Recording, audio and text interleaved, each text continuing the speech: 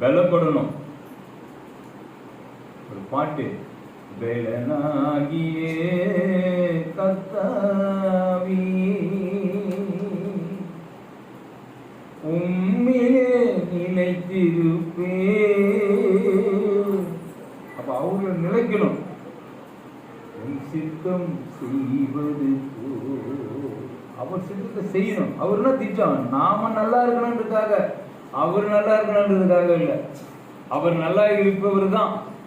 நமக்காக தன்னை என்ன பண்ண ஒப்பு கொடுத்து அவர் பாவமாக்கப்பட்டார், குத்தப்பட்டார், அடிக்கப்பட்டார், காரி உமிழ படும்படியாக அவருடைய சூழ்நிலை காணப்பட்டது. எத்தனை பேர் நினைக்கிறீங்க ஏசப்பாக? யாருக்காக? நமக்காக. அது எல்லாவற்றையும் சகித்து என் ஜனங்கள் பாவத்திலிருந்து விடுதலையாகும்படியாய், கொடுமையிலிருந்து விடுதலையாகும்படியாய், வறுமையிலிருந்து விடுதலையாகும்படியாய் தேவன் தன்னை தாமே ஒப்பு கொடுத்த. எத்தனை பேர் நினைக்கிறான்? மனுஷன் செய்யற நன்மையே சிலர் என்ன பண்றாங்க, மறந்து போறாங்க.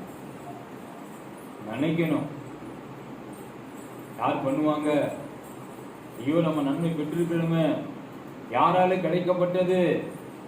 அந்த ஒரு வயதான தாய் சொன்னது போல நினைக்கணும்.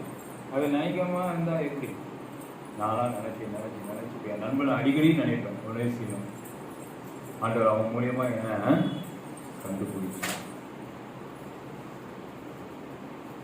தாயின் கருவிலை கண்ட தேவன். இதெல்லாம் ஆண்டவருக்குள்ள இருந்தால் தான் தேவ வசனம் ஒவ்வொருத்தருக்குள்ளும் கிரியை செய்யும்.